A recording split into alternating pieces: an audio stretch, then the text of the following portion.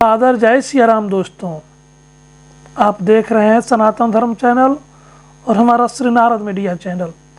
इसके पूर्व शिव पुराण महात्म्य को अलग अलग भागों में आपको सुनाया। आज हम शिव पुराण के विदेश्वर संहिता प्रथम अध्याय के बारे में आपको बताएंगे। प्रयाग में सूत जी से मुनियों का तुरंत पाप नाश करने वाले साधन के विषय में प्रश्न क्या उन्होंने उत्तर दिया, आपको हम विस्तार से बताएंगे। अगर हमारे चैनल को आप सब्सक्राइब नहीं किए हैं तो सब्सक्राइब करें। हमारा ये शिव पुराण गरुड़ पुराण कैसे लग रहा है, आप कमेंट बॉक्स में अपना विचार भी लिखें। तो चलिए हम शिव पुराण की ओर चले। इससे पूर्व हम एक बार भोलेनाथ का ध्यान धरें। कर्पूर गौरम करुणावतारम संसार सारम भुजगेंद्रहारम। कर्पूर गौरम करुणावतारम संसार सारम भुजगेंद्रहारम। सदा वसन्तं हृदयारविन्दे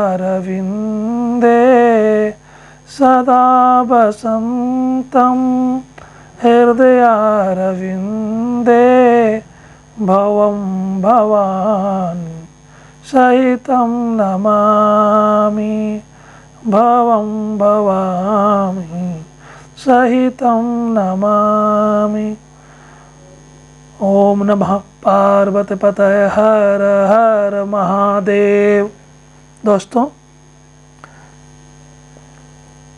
जो आदि और अंत में तथा मध्य में भी नित्य मंगलमय है, जिनकी समानता अथवा तुलना कहीं भी नहीं है, जो आत्मा के स्वरूप को प्रकाशित करने वाले देवता हैं, जिनके 5 मुख हैं और जो खेल ही खेल में अनायास जगत की रचना, पालन और संहार तथा अनुग्रह एवं तिरोभाव रूप 5 प्रबल कर्म करते रहते हैं, उन सर्वश्रेष्ठ अजर अमर ईश्वर अंबिकापति भगवान शंकर का मैं मन ही मन चिंतन करता हूँ। व्यास जी कहते हैं, जो धर्म का महान क्षेत्र है और जहाँ गंगा यमुना का संगम हुआ है, उस परम पुण्यमय प्रयाग में जो ब्रह्मलोक का मार्ग है, सत्यव्रत में तत्पर रहने वाले महा तेजस्वी महाभाग महात्मा मुनियों ने एक विशाल ज्ञान का यज्ञ आयोजन किया। उस ज्ञान यज्ञ का समाचार सुनकर पौराणिक किशोरमणि व्यास शिष्य महामुनि वे सब मुनि उस समय हर्ष से खिल उठे और अत्यंत प्रसन्नचित से उन्हें उनका विधिवत स्वागत सत्कार किया।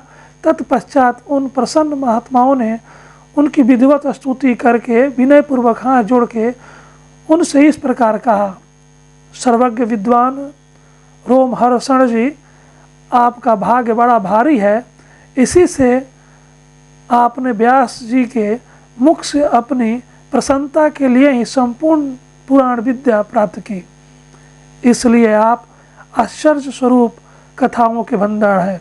ठीक उसी तरह जैसे रत्नाकर समुद्र बड़े बड़े सारभूत रत्नों का आगार है, तीनों लोकों में भूत वर्तमान और भविष्य तथा और भी जो कोई वस्तु है वो आपसे अज्ञात नहीं है। आप हमारे सौभाग्य से इस यज्ञ का दर्शन करने के लिए यहाँ पधार गए हैं और इसी व्यास से हमारा कुछ कल्याण करने वाले हैं, क्योंकि आपका आगमन निरर्थक नहीं हो सकता। हमने पहले भी आपसे शुभाशुभ तत्व का पूरा वर्णन सुना है, किंतु उससे तृप्ति नहीं होती। हमें उससे सुनने की बारंबार इच्छा होती है। उत्तम बुद्धि वाले सूत जी, इस समय हमें एक ही बात सुननी है। यदि आपका अनुग्रह है तो गोपनीय होने पर भी आप उस विषय का वर्णन करें। घोर कलयुग आने पर मनुष्य पूर्ण कर्म से दूर रहेंगे, दुराचार में फंस जाएंगे और सब के सब सत्य भाषण से मुंह फेर लेंगे, दूसरों की निंदा में तत्पर होंगे, पराये धन को हड़प लेने की इच्छा करेंगे, उनका मन पराई स्त्रियों में आसक्त होगा तथा वे दूसरे प्राणियों की हिंसा किया करेंगे, अपने शरीर को ही आत्मा समझेंगे, मूढ़ नास्तिक और पशु बुद्धि रखने वाले होंगे। माता पिता से दूत जी वहाँ मुनियों का दर्शन करने के लिए आए। सूत जी को आते देख द्वेष रखेंगे, ब्राह्मण लोभ रूपी ग्राह के ग्रास बन जाएंगे, वेद बेचकर जीविका चलाएंगे, धन का उपार्जन करने के लिए ही विद्या का अभ्यास करेंगे और मद से मोहित हो रहेंगे, अपनी जाति के कर्म छोड़ देंगे, पराया दूसरों को ठगेंगे, तीनों काल की संध्या उपासना से दूर रहेंगे और ब्रह्म ज्ञान से शून्य होंगे। समस्त क्षत्रिय भी स्वधर्म का त्याग करने वाले होंगे, कुसंगी पापी और व्यभिचारी होंगे, उनमें शौर्य का भाव होगा, वे कुत्सित चौर कर्म से जीविका चलाएंगे, शूद्रों का सा बर्ताव करेंगे और उनका चित्त काम का किंकर बना रहेगा। वैश्य संस्कार भ्रष्ट, स्वधर्म त्यागी, कुमार्गी, धनोपार्जन परायण तथा नाप तौल में अपनी कुत्सित वृत्ति का परिचय देने वाले होंगे। इसी तरह शुद्ध ब्राह्मणों के आचार में तत्पर होंगे, उनकी आकृति उज्ज्वल होगी, अर्थात वे अपना कर्म छोड़कर उज्ज्वल वेशभूषा में से विभूषित हो व्यर्थ घूमेंगे। वे स्वभावतः वे अपने धर्म का त्याग करने वाले होंगे, उनके विचार धर्म के प्रतिकूल होंगे, वे कुटिल और द्विज निंदक होंगे। यदि धनी हुए तो कुकर्म में लग जाएंगे, विद्वान हुए तो वाद विवाद करने वाले होंगे, अपने को कुलीन मानकर चारों वर्णों के साथ वैवाहिक संबंध स्थापित करेंगे, समस्त वर्णों को अपने संपर्क से भ्रष्ट करेंगे। वे लोग अपनी अधिकार सीमा से बाहर जाकर द्विजोचित सत्कर्मों का अनुष्ठान करने वाले होंगे। कली युग में स्त्रियां प्रायः सदाचार से भ्रष्ट और पति का अपमान करने वाली होंगी, सास ससुर से द्रोह करेंगी, किसी से भय नहीं मानेंगी, मलिन भोजन करेंगी, कुत्सित हाव भाव में तत्पर होंगी, उनका शील स्वभाव बहुत बुरा होगा और वे अपने पति की सेवा से सदा विमुख रहेंगी। सूत जी, इस तरह जिनकी बुद्धि नष्ट हो गई है, जिन्होंने अपने धर्म का त्याग कर दिया है, ऐसे लोगों का इहलोक और परलोक उत्तम गति कैसे प्राप्त होगी। इस चिंता से हमारा मन सदा व्याकुल रहता है। परोपकार के समान दूसरा कोई धर्म नहीं है, अतः जिस छोटे से उपाय से इन सब का पापों का तत्काल नाश हो जाए, उसे इस समय कृपा पूर्वक बताइए, क्योंकि आप समस्त सिद्धांतों के ज्ञाता हैं। व्यास जी कहते हैं, उन भाव विवात्मा मुनियों की यह बात सुनकर सूत जी मन ही मन भगवान शंकर का स्मरण करके उनसे इस प्रकार बोले।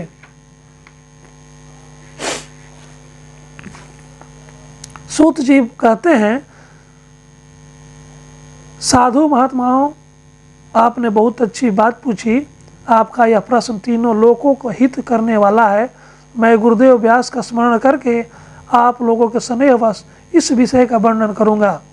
आप आदरपूर्वक सुने। सबसे उत्तम जो शिव पुराण है वह वेदांत का सार सर्वस्व है तथा वक्ता और श्रोता का समस्त पाप राशियों से उद्धार करने वाला है।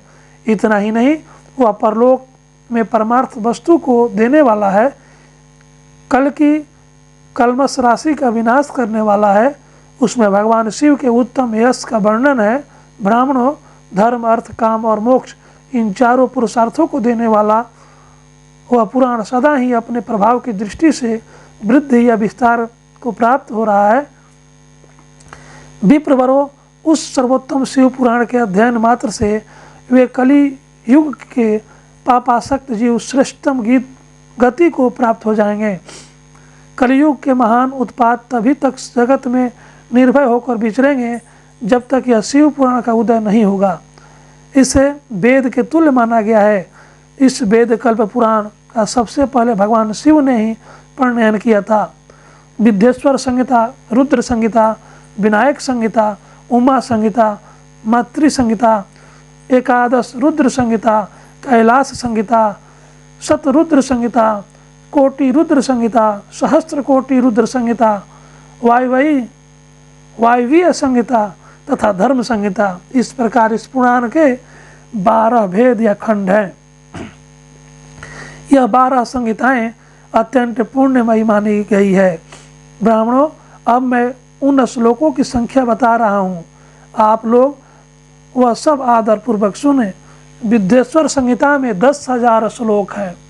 रुद्र संहिता, विनायक संहिता, उमा संहिता और मातृ संहिता, इनमें से प्रत्येक में 8-8 हजार श्लोक हैं।